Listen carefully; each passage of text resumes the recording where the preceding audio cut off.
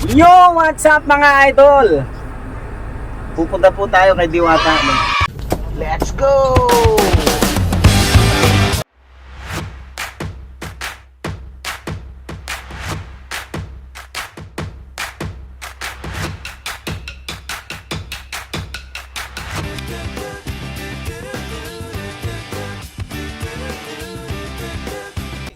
Ayan guys, sa wakas nandito na tayo kay Diwata. Matitikman na rin natin ang Paris ni Diwata. Yung pinagmamalaki ng mga ginawa dito.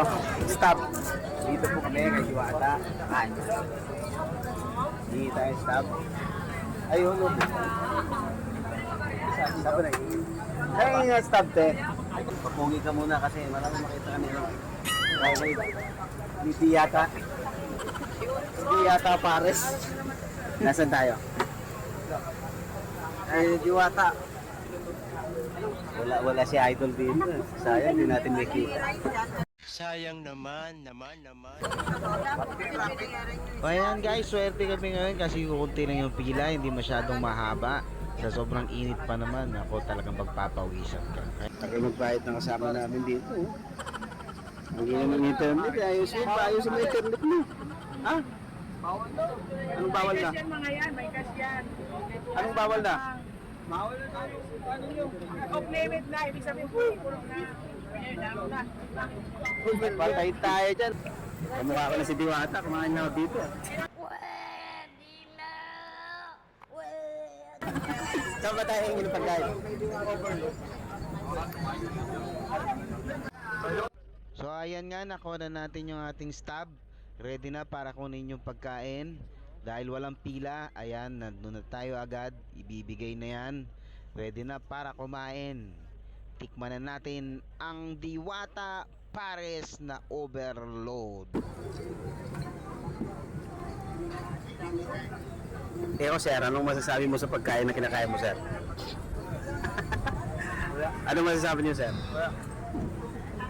Ay sir, pwede ba ka ma-interview sir? Pwede naman.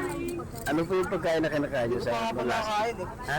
Hindi ko pa po nakakain. Kawawa ka naman sir? Mukhang masarap eh. Uy, mukha lang. Yun. Lapang na tayo mga kaibigan ko. Ito na.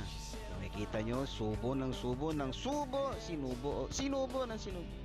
Minutes later. Naligo sa pawis ah. Yes eh. Nasa kumain. Nalagay pawis kaya.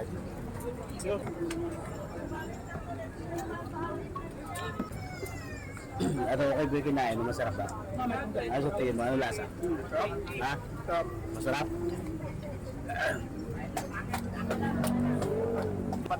At din yung kapatid natin si Otlo mo.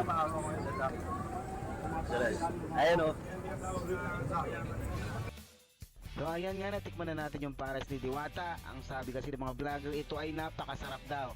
Pero sa totoo lang mga idol, hindi naman siya masarap. Pero okay lang, mabubusog ka na sa halagang 100. Ayan, hindi naman siya pangit ang lasa, pero katamtaman lang. At yan mga idol, huwag po kalimutan i-subscribe at i-like ang ating video. Salamat po.